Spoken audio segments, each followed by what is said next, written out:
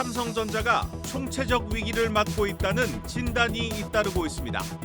실적 부진 충격에 주가가 5만 원대로 밀리면서 52주 신저가를 기록했습니다. 개인 투자자들이 올해 하반기 들어 삼성전자 주식을 10조 원 가까이 사들인 것으로 나타났습니다.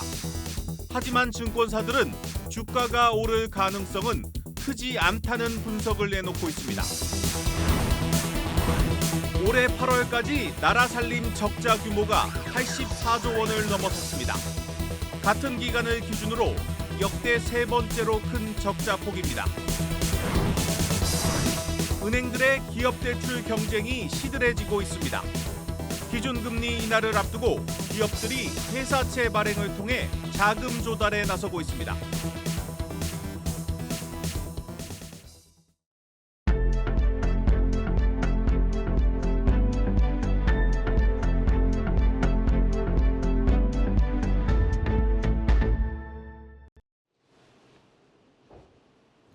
뉴스 플러스 시작합니다. 이른바 삼성 위기론이 본격적으로 고개를 들기 시작했습니다. 국제 정세를 비롯한 대외 여건도 유리한 것이 없고 무엇보다 삼성전자의 핵심 반도체 사업의 경쟁력이 의심을 받기 시작했습니다. 무엇 하나 기대할 것 없는 상황에서 사과문까지 발표한 삼성전자가 변화에 나섰습니다. 취재 기자와 자세히 들여다보겠습니다. 산업부 전효성 기자 나왔습니다. 전 기자, 사실 어닝 쇼크 충격이 오늘까지 좀 이어지고 있습니다. 오늘 실적이 오늘 주가가 5만 전자로 추락을 했는데 먼저 3분기 실적 간단히 짚어보고 시작을 하죠. 네, 며칠 전에 나온 얘기인데 삼성전자의 3분기 매출액과 영업이익은 각각 79조 원, 9조 1천억 원입니다. 매출액은 사상 최대치를 경신했지만 영업이익은 시장 전망인 10조 원을 하회한 겁니다. 당초 증권가의 영업이익 전망치는 14조 원 수준이었는데 하반기로 접어들면서 디램 업황이 꺾일 조짐이 보이자 눈높이를 10조 원대로 크게 낮췄습니다. 하지만 3분기 실적에서 그마저도 달성하지 못하면서 반도체 시장에서의 주도권을 빼앗겼다, 이런 평가가 나오는 겁니다. 네, 실적 부진의 반도체 부분장인 전영현 부회장이 이례적인 사과문을 내놓기도 했는데 이 내부적으로 이 반도체 부문에 대한 경영 진단에 돌입했다, 이런 소문도 돌고 있습니다. 네, 삼성그룹의 경영 진단은 일반적으로 진행하는 감사보다는 좀 고강도 조사로 알려져 있습니다. 네. 문제점을 찾는 데서 그치는 게 아니라 근본적인 사업 전략까지 되짚어 보는 겁니다. 삼성은 어제 경영 진단을 한다는 소식에 사실 무근이라고 일축을 했지만 반도체 부문의 수장에 사과문까지 나온 상황에서 조직 개편을 비롯한 경영 진단은 불가피하다는 관측입니다. 반도체 사업이 회사에 기여하는 바가 크지만 임원급 직원들의 비중이 높아지면서 조직 비효율은 불가피했습니다. 최근에는 삼성전자의 전체적인 고령화 현상도 이슈로 불거졌습니다. 지금 보시는 게 연령대별 삼성전자 직원들의 비중인데요. 2010년까지만 해도 삼성전자의 20대 직원 비중이 전체의 55%에 달했지만 지난해 말에는 27%까지 줄었습니다. 반면 40대 이상 직원 비중은 30.4%를 차지하면서 조직 내에 가장 많은 비율을 차지했습니다. 전 부회장은 사과문에서 일하는 방식을 바꾸겠다, 또 치열한 토론이 가능한 조직 문화를 만들겠다, 이렇게 공언을 했는데요. 이것이 가능하려면 관리직 비중은 줄이고 젊은 층 수혈은 필수적인 상황인 겁니다. 네, 반도체 기술 경쟁력이 떨어진 이유를 조직 문화에서 찾아야 한다는 지적이 나온 건 꽤 오래전 일 같은데 어쨌든 뒤늦게라도 변화가 시작된 건 고무적입니다. 그래도 좀 너무 늦은 것 아닌가 싶은데 이 경영 진단, 이런 경영 진단이 과거에는 효과가 있었습니까? 네, 2020년대에 들어서는 3차례 정도의 경영 진단이 있었습니다. 2021년과 2022년에 휴대폰 사업에 대해서 진행이 됐었고요. 파운드리 사업에 대해서도 경영 진단이 있었습니다. 휴대폰 성능 저하 이슈가 불거지거나 막대한 투자에도 불구하고 파운드리 점유율이 오르지 않는 등 이런 부침이 있을 때마다 경영 진단이 이어진 겁니다. 다만 이제 경영 진단이 드라마틱한 반전을 기록했느냐, 이 점에 대해서는 의문입니다. 휴대폰 부문에서 애플과 중국 기업을 따돌렸다고 말하기도 어렵고 파운드리 역시 여전히 대만의 TSMC의 점유율을 꾸준히 빼앗기고 있는 상황입니다. 삼성 직원들이 모여있는 직장인 커뮤니티 글에서는 이미 답을 정해놓고 이제 문제점을 찾기 위한 수준, 털기 위한 수순이라는 부정적인 평가도 있었습니다. 이번 경영 진단이 진정한 대전환으로 이어지기 위해선 전 부회장이 언급한 치열한 토론, 이것이 경영 진단 때부터 이뤄져야 한다는 겁니다. 한 삼성 고위 관계자와 오늘 얘기를 나눠봤는데요. 직원들의 자부심과 사기가 많이 떨어져 있다, 이렇게 평가를 했습니다. 또 과거에는 눈여겨보지 않던 기업이나 또 외국계 반도체 기업으로 눈을 돌리는, 그러니까 이직하려는 수요, 젊은 층이 많아졌다는 것을 체감하고 있다, 이렇게도 말했습니다. 네, 과거 사례를 봤을 때 당장 좀 효과가 있을 것으로 보긴 어려울 것 같습니다. 지금 대내외적인 상황을 볼 때 사실 삼성전자의 우호적인 것들이 거의 없는데 좀 좋은 소식은 없습니까? 네, 그래도 그나마 좀 좋은 얘기를 찾자면 이재용 회장의 사법 리스크가 좀 해소될 조짐이 보인다, 막바지에 왔다는 점입니다. 네. 1심에서 3년 5개월, 그리고 96차례 법원을 오가는 동안 사실상 경영 공백은 불가피했거든요. 하지만 올해 초 1심에서 무죄 판결이 나왔고 최근 2심 공판이 시작이 됐는데 무죄 판결을 뒤집기가 어렵다는 게 법조계의 관측입니다. 변수로 꼽히는 게 삼성 바이오로직스 회계 처리 문제, 그러니까 외관법 관련한 이슈인데요. 검찰과 변호인단 모두 이 부분에 대해서 촉각을 곤두세우고 있습니다.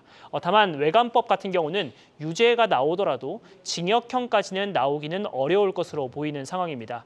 최근 이 회장은 소문이 무성하던 파운드리 분사설에 대해서 분사는 없다, 이렇게 일축을 했습니다. 오너 경영인이기 때문에 사업 방향에 대한 확실한 메시지를 낼 수 있었던 겁니다.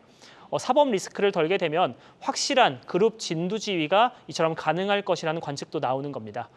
과거 또 미래 전략실의 역할인 그룹 컨트롤 타워가 부활할 가능성도 높다는 관측입니다. 계열사의 이해관계를 조율할 컨트롤 타워가 없는 상황이 위기로 이어졌다는 평가가 많은데요. 하지만 미래전략실이 사법 리스크의 핵심이기 때문에 삼성 입장에서 미래전략실이나 컨트롤타워를 부활시키기도 사실상 어려웠습니다. 삼성 윤리경영을 지원하는 준법감시위원회는 컨트롤타워의 필요성을 인식을 하면서도 사법 리스크가 발목을 잡는 동안에는 이런 컨트롤타워의 부활이 쉽지 않음을 피력을 하기도 했습니다. 하지만 삼성을 둘러싼 사법 리스크가 내년 초면은 매듭이 지어질 것으로 예상되는 만큼 그룹을 총괄할 조직의 부활도 머지 않았다는 평가입니다. 네, 고 이건희 선대회장이 경영에서 손을 뗀 지 이미 10년이 지났으니까 이미 이재용 회장의 10년이 지났다는 얘기입니다. 이제 이 사법 리스크를 떨쳐낸 이재용 회장의 위기 돌파 해법이 좀 궁금해지는 시점입니다. 그런데 가장 중요한 건 이번 위기를 초래한 이 반도체 경쟁력을 다시 끌어올리는 것일 텐데 그게 가능하냐, 얼마나 빨리 회복할 수 있느냐가 핵심인 것 같은데 어떻습니까? 네, 사실 반도체에서의 기술 경쟁력을 입증하는 게 핵심이겠죠. 엔비디아의 HBM을 납품하는 1차 공급사 SK하이닉스, 또 2차 공급사는 미국의 마이크론이고요. 현재 삼성전자는 3차 공급사입니다. 이미 5세대 HBM에서는 이미 밀렸다는 평가가 지배적이죠. 그 때문에 삼성전자는 6세대의 기술력을 집중하는 상황입니다. 삼성전자는 그래도 주변 경쟁 기업들보다는 월등한 이제 생산 능력을 갖추고 있습니다. 또 자체 파운드리 사업이 이제 시장 점유율은 낮더라도 파운드리 사업을 갖추고 있기 때문에 구조적으로 좀 이제 HBM과 파운드리가 함께 성장할 수 있는 강점이 구조적으로 갖추고 있습니다. 만약 6세대 HBM에서 엔비디아의 발빠른 납품을 성공을 한다면 HBM과 파운드리가 함께 도약할 수 있는 기회가 될 것이라는 관측도 나옵니다. 또 오늘 소소한 긍정적인 내용이 하나 발표가 됐는데요. 글로벌 브랜드 평가 기관의 조사 결과 삼성전자의 브랜드 가치가 1,008억 달러로 세계 5위 수준이라는 내용입니다. 1년 전보다는 브랜드 가치가 10% 정도 높아졌고 4년 전과 비교해서는 62% 증가했습니다. 삼성의 위기론이 불거지고는 있지만 삼성을 향하는 세계의 눈높이는 여전히 높은 셈입니다. 한 차례 삐끗한 반도체에서 기술력으로 입증을 한다면 떠나간 외국인 투심도 돌아올 수 있는 모멘텀이 될 수 있을 것이라는 관측입니다. 초격차에서 추격자가 된 삼성전자, 체질 개선을 통해서 반전을 쓸 수 있을지 지켜봐야 하는 상황입니다. 마지막으로 이건희 삼성 선대회장의 메시지로 마무리하겠습니다. 바꾸려면 철저히 바꿔. 극단적으로 얘기해. 농담이 아니야. 마누라 자식 빼는 건 다 바꿔봐. 네, 산업부 전효성 기자였습니다.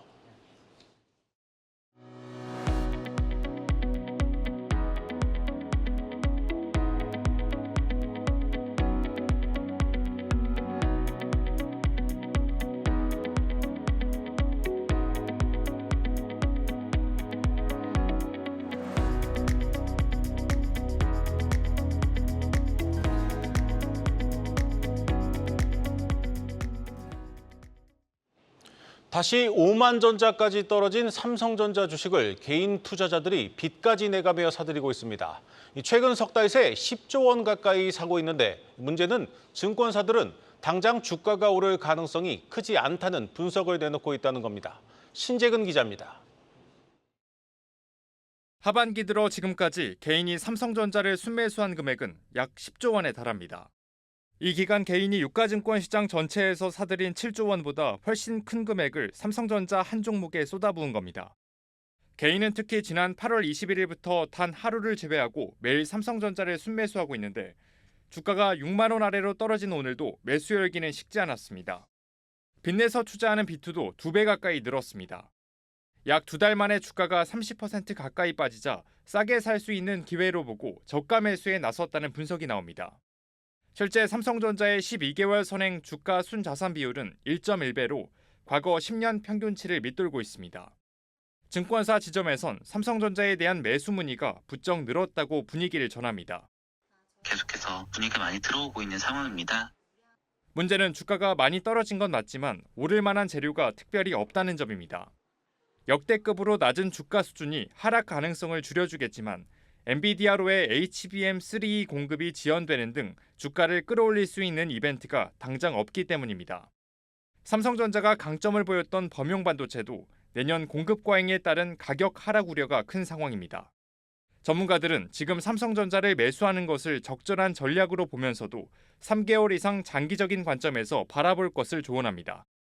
한국경제TV 신재근입니다. 우리나라가 세계 3대 채권 지수 중 하나인 세계 국채지수 편입에 성공했습니다. 실제 지수 반영이 시작되는 내년 말이면 약 75조 원 규모의 자금이 국내 채권 시장으로 들어옵니다. 이 시장 금리와 환율을 안정화하는 버팀목 역할을 할 것으로 기대됩니다. 전민정 기자입니다. 전 세계 기관 투자자들이 추종하는 세계 국채지수 편입은 한국 국채도 이젠 국채 선진국 클럽의 어엿한 멤버가 됐음을 의미합니다. 그간 우리 자본시장은 세계 10위권인 경제 규모나 국가 신용도에 비해 제대로 평가받지 못하였습니다만 이번을 계기로 우리 채권 시장에 대한 평가가 경제 체급에 맞게 조정되었습니다.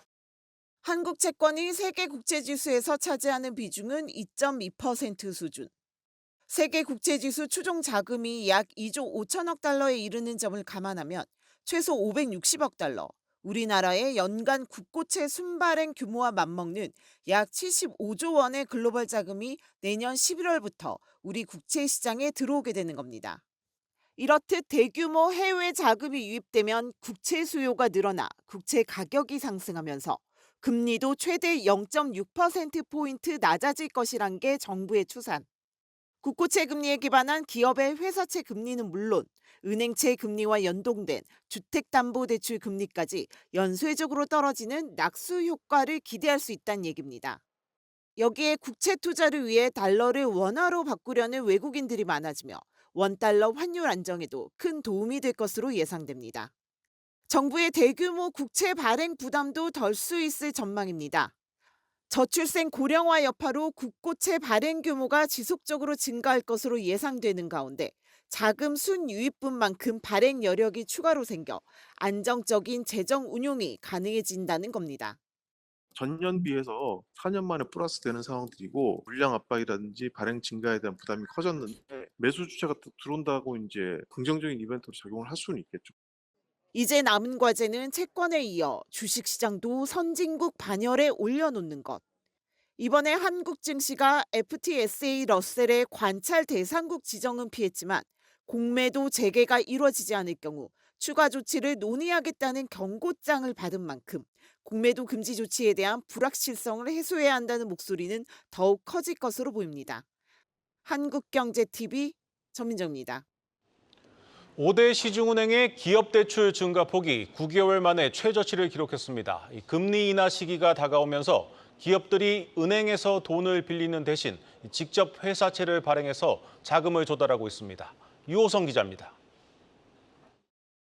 지난달 5대 시중은행 기업대출 잔액 증가폭이 작년 12월 이후 9개월 만에 최저를 기록했습니다. 9월 기업대출 잔액은 825조 1,885억 원으로 전월 대비 2조 3,170억 원 늘었습니다. 기업 규모별로는 대기업, 중소기업, 개인사업자 모두 증가폭이 감소한 것으로 나타났습니다. 은행권 기업 대출이 줄어들고 있는 것은 기업들이 직접 회사채를 발행해 필요자금을 조달하고 있기 때문입니다. 회사채는 기업이 장기자금 조달을 위해 채권자에게 이자 지급을 약속하고 돈을 빌리는 직접 금융을 말합니다. 통상 금리가 내리면 기업의 이자 비용이 줄어 신규 회사채를 발행해 자금을 확보하려는 시도가 늘어납니다. 실제 회사채 발행액이 3조 6,016억 원 줄어든 2분기와 달리 3분기 회사채 순 발행액은 1,499억 원 늘었고 특히 9월 들어 증가폭이 가파른 모습을 보였습니다. FOMC 전후로 그러니까 금리 인하를 이제 기다리고 있었었잖아요. 발행 쪽에서는 낮은 금리로 발행을 하고 싶은데 금리 인하가 되면 낮은 금리에 조달을 할 수 있으니까 금리 인하될 때까지 발행을 좀 기다렸다라고 보시면 될 것 같고요. 더군다나 세계 3대 채권 지수인 세계 국채지수 편입으로 인해 채권을 통한 기업들의 자금 조달 비용이 줄어 채권 발행이 지금보다 더 활발해질 것으로 관측됩니다. 상황이 이러자 은행권에서는 4분기를 기점으로 실적 위기감이 커질 수 있다는 우려의 목소리가 나옵니다. 가계대출 잔액이 감소세로 전환하면서 여신 영업이 한계에 부딪혔고 중소기업을 중심으로 연체율이 올라 기업 대출마저 부실 위험이 커진 영향입니다. 한국경제TV 유호성입니다. 1기 신도시에서 가장 먼저 재건축에 들어갈 이 선도지구 지정이 한 달 앞으로 다가왔습니다. 이 사업성이 뛰어난 분당은 이미 집값이 고점을 돌파하면서 들썩이고 있는 상황입니다. 문제는 본격적인 재건축이 시작되면 주민들이 이주할 곳이 마땅치 않다는 점입니다. 성나균 기자입니다. 9만 6천 가구가 거주하는 분당 신도시. 1기 신도시 중 규모가 가장 큰데 재건축 사업성도 가장 높은 곳으로 꼽힙니다. 사업의 성패를 가를 용적률이 현재 대비 2배 가까이 높게 설정됐기 때문입니다. 집주인 10명 중 9명이 재건축에 동의할 만큼 주민 의지도 높습니다. 재건축 선도지구 지정을 앞두고 곳곳에서 신고가 거래도 속출하고 있습니다. 집값 상승 기대감에 매수 매도 문의 또한 동시에 늘어나는 분위기입니다. 고점을 뚫었죠. 지금 오시는 분들은 재건축 보고 들어오시는 분들이 많고 가능하면 조금 큰 평수로 가려고 하니 실제 분당의 아파트 거래량은 불과 2년 만에 3배 이상 급증했습니다. 재건축에 대한 기대감이 어느 때보다 높지만 공사비 갈등과 공공기여 등 아직 넘어야 할 산이 많습니다. 특히 오는 2027년부터 매년 발생할 예정인 대규모 이주 수요를 어떻게 해결할지가 관건입니다. 정부는 지역 내 착공 인허가가 예정된 물량을 활용해 최대한 수급 관리를 하겠다는 입장입니다. 담당 지자체인 성남시도 인접 지역의 임대주택을 활용하는 방안을 검토 중입니다. 다만 이주 수요를 흡수할 대상지가 충분하지 않은 데다 소형 평형 위주인 점이 걸림돌로 작용할 전망입니다. 한국경제TV 성나균입니다. 올해 8월까지 나라 살림 적자가 84조 원을 넘어섰습니다. 역대 세 번째로 큰 적자 폭입니다. 오늘 열린 기획재정부 국정감사 최대 화두 역시 세수 펑크였는데 기재부가 구체적인 대책을 내놓지 않자 고의로 늑장 발표를 하는 것이 아니냐는 질타가 이어졌습니다. 박승환 기자입니다. 국회 기획재정위원들의 질의는 정부의 세수 결손 대책에 집중됐습니다. 최상목 부총리가 관계부처와 지자체와 논의 중이라고 하자 일부러 늦장을 부리는 게 아니냐는 지적이 나왔고 당연히 이번에 국정감사 때 이 세수 결손에 대한 대책에 대해서 보고가 구체적으로 있었어야 됩니다. 꼼수를 부리고 있다 이런 생각이 들어요. 국정감사 끝나고 적절하게 정무적으로 유리한 시점에 발표하려고 하는 게 아니냐. 최 부총리는 절대로 아니라며 구체적인 내용을 공개할 단계가 아닐 뿐이라고 말했습니다. 저희가 가진 생각들, 그다음 각 기금의 가용제한이 어떤 것들에 대한 큰 틀의 얘기들은 국정감사 기간 내에 분명히 의원님들께 성실하게 답변을 해드리겠습니다. 근데 지금 아직 그걸 저희가 만들고 있다라는 불가피한 말씀을 드리는 거고. 부족한 세금 수입을 어떻게 채울지에 대한 우려가 나오는 건 어제 오늘 일이 아니기 때문입니다. 올 초부터 8월 말까지 법인세 급감 영향으로 세수 가뭄이 이어지고 있는데 예상보다 56조 넘게 덜 거치며 역대급 세수 결손을 기록했던 지난해보다 부족한 상태가 지난 3월부터 지속 중입니다. 이 결과 8월 기준 나라 살림 적자는 84조 2천억 원으로 코로나 사태 당시를 제외하면 가장 큽니다. 다만 과거 흐름으로 봤을 때 관리재정 수지 적자는 이달 부가가치세가 들어오면 다시 회복할 수 있다는 설명입니다. 나라 국간이 비어가고 있음에도 반년 넘게 별다른 해법을 내놓지 못하고 있는 정부가 약속했던 이달 안에 어떤 대책을 내놓을지 관심이 집중됩니다. 한국경제TV 박수환입니다. 임종용 우리금융회장이 국회 국정감사에 출석해 손태승 전 회장 친인척 부당대출에 대해서 자신의 책임이 확인된다면 사퇴하겠다고 밝혔습니다. 하지만 이복현 금융감독원장 등 금융당국 고위층으로부터 사퇴 압박을 받았다는 주장에 대해선 선을 그었습니다. 전범진 기자입니다. 그렇다면 잘못이 있으면 사퇴하시는 게 맞겠네요. 네, 제가 잘못해서 책임질 일이 있으면 책임을 지겠습니다. 우리은행이 손태승 전 회장의 친인척에게 600억 원대 부당대출을 집행했다는 의혹이 제기된 지 약 한 달. 손 전 회장의 자리를 승계한 임종용 회장이 국회 정무위원회 국정감사장에 출석해 자신의 책임이 확인된다면 사퇴하겠다는 뜻을 밝혔습니다. 야당은 임 회장이 이복현 금융감독원장에게 사퇴를 사실상 강요당하고 있다는 주장을 제기했습니다. 더 나아가서 이 원장이 담당 국장을 불러서 이번에 임 회장 못 내보내면 우리가 옷 벗어야 한다, 이런 전언 들리고 있습니다. 임 회장님은 금감원장이 특정 금융회사의 인사에 이렇게 깊이 영향력을 미치는 상황이 맞다고 봅니까? 이에 임 회장은 금감원장의 언급은 이번 사태를 계기로 내부 통제 문화가 바뀌어야 한다는 점을 강조한 걸로 이해하고 있다며 선을 그었습니다. 금융감독원이 이번 주부터 우리금융에 대한 정기검사에 돌입한 가운데 업계에선 검사 결과가 우리금융의 수건 사업인 보험사 인수를 무산시킬 수 있다는 우려가 나옵니다. 당국이 추후 있을 우리금융의 보험사 대주주 적격성 심사에서 이번 검사 결과를 이유로 낮은 등급을 부여한다면 법적으로 인수가 불가능하기 때문입니다. 금융권을 향한 정치권의 질타는 국정감사가 열리는 10월 내내 이어질 예정입니다. 양종희 KB금융그룹 회장은 환노위에, 이석준 NH금융그룹 회장은 농해수위의 증인으로 채택된 상태입니다. 또한 정무위는 오는 17일에는 신원근 카카오페이 대표를 증인대에 세워 고객 개인정보 유출 사태에 대한 책임을 묻겠다는 계획입니다. 한국경제TV 전범진입니다.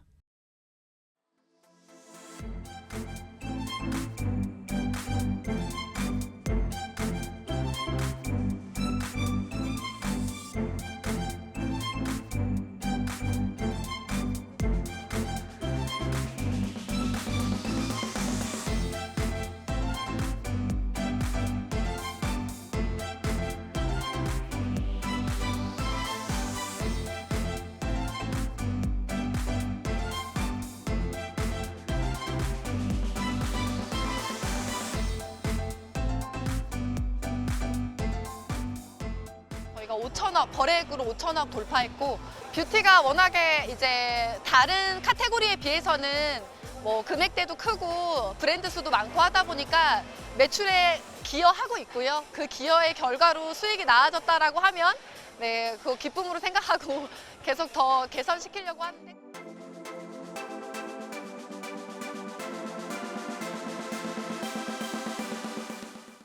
오늘 준비한 뉴스 플러스는 여기까지입니다. 함께해 주신 여러분 고맙습니다.